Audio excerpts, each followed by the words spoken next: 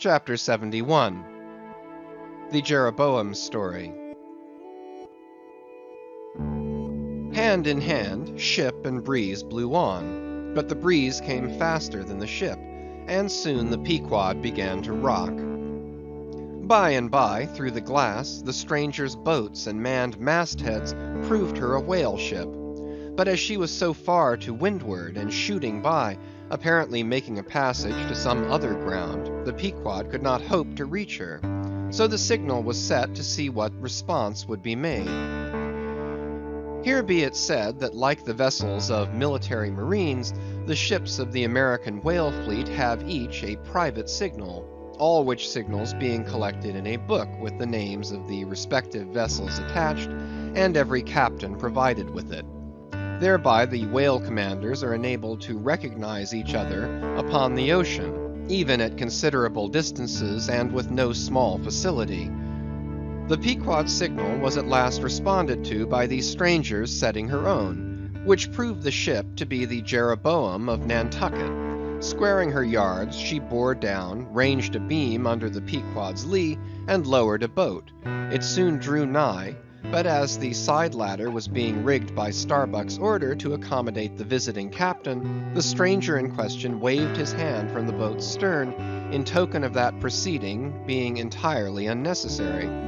It turned out that the Jeroboam had a malignant epidemic on board, and that Mayhew, her captain, was fearful of infecting the Pequod's company. For though himself and boat's crew remained untainted, and though his ship was half a rifle shot off, and an incorruptible sea and air rolling and flowing between, yet conscientiously adhering to the timid quarantine of the land, he peremptorily refused to come into direct contact with the Pequod. But this did by no means prevent all communications. Preserving an interval of some few yards between itself and the ship, the Jeroboam's boat, by the occasional use of its oars, contrived to keep parallel to the Pequod, as she heavily forged through the sea, for by this time it blew very fresh, with her main topsail aback. Though indeed, at times, by the sudden onset of a large rolling wave, the boat would be pushed some way ahead, but would be soon skillfully brought to her proper bearings again. Subject to this, and other the like interruptions now and then, a conversation was sustained between the two parties, but at intervals not without still another interruption of a very different sort. Pulling an oar in the Jeroboam's boat was a man of singular appearance, even in that wild whaling life where individual notabilities make up all totalities. He was a small, short, youngish man, sprinkled all over his face with freckles, and wearing redundant yellow hair. A long-skirted, cabalistically cut coat of a faded walnut tinge enveloped him, the overlapping sleeves of which were rolled up on his wrists.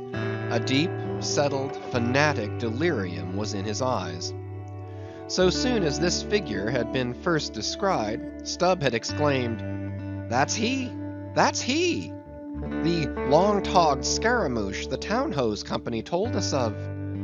Stubb here alluded to a strange story told of the Jeroboam, and a certain man among her crew, some time previous when the Pequod spoke the town ho.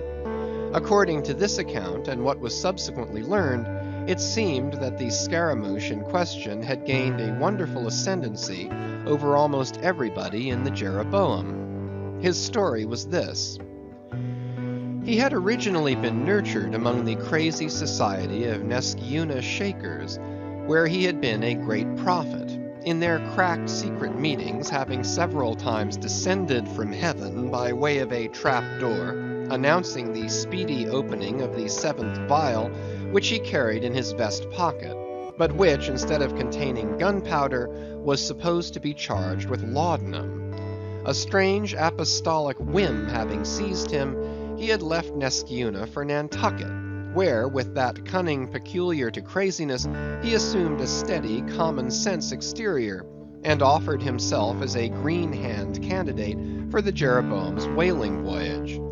They engaged him, but straightway upon the ship's getting out of sight of land, his insanity broke out in a freshet.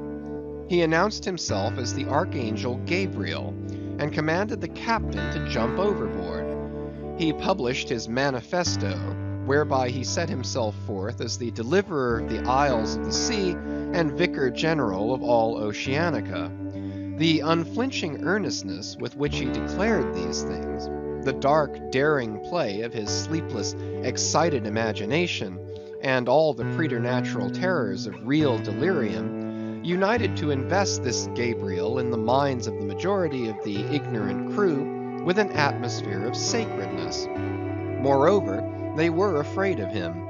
As such a man, however, was not of much practical use in the ship, especially as he refused to work except when he pleased, the incredulous captain would fain have been rid of him. But apprised that that individual's intention was to land him in the first convenient port, the archangel forthwith opened all his seals and vials, devoting the ship and all hands to unconditional perdition in case this intention was carried out. So strongly did he work upon his disciples among the crew, that at last in a body they went to the captain and told him, if Gabriel was sent from the ship, not a man of them would remain. He was therefore forced to relinquish his plan. Nor would they permit Gabriel to be any way maltreated, say or do what he would, so that it came to pass that Gabriel had the complete freedom of the ship. The consequence of all this was that the archangel cared little or nothing for the captain and mates, and since the epidemic had broken out, he carried a higher hand than ever, declaring that the plague, as he called it, was at his sole command, nor should it be stayed but according to his good pleasure.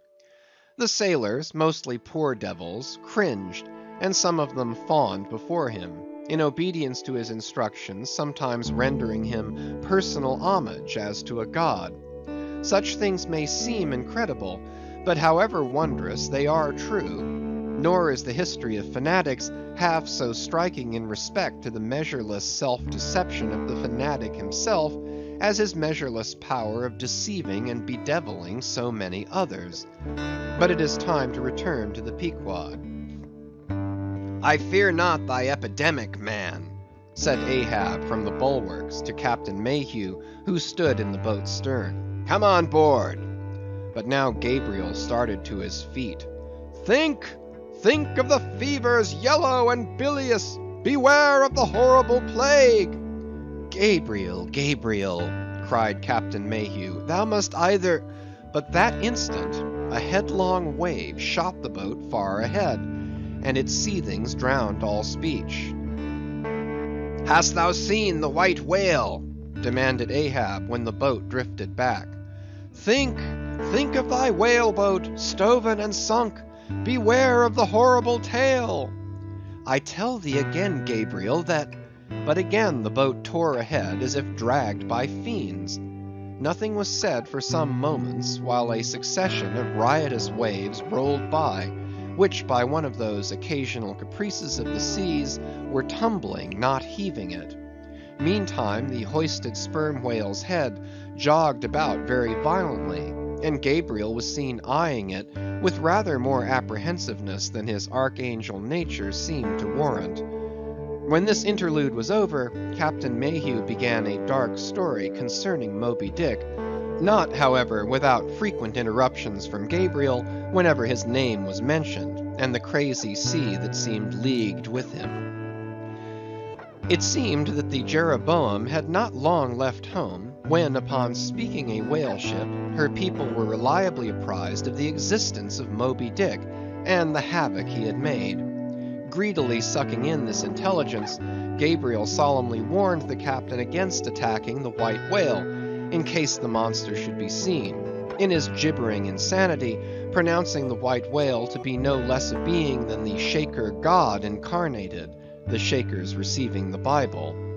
But when some year or two afterward Moby Dick was fairly sighted from the mastheads, Macy, the chief mate, burned with ardor to encounter him, and the captain himself being not unwilling to let him have the opportunity, despite all the archangel's denunciations and forewarnings, Macy succeeded in persuading 5 men to man his boat.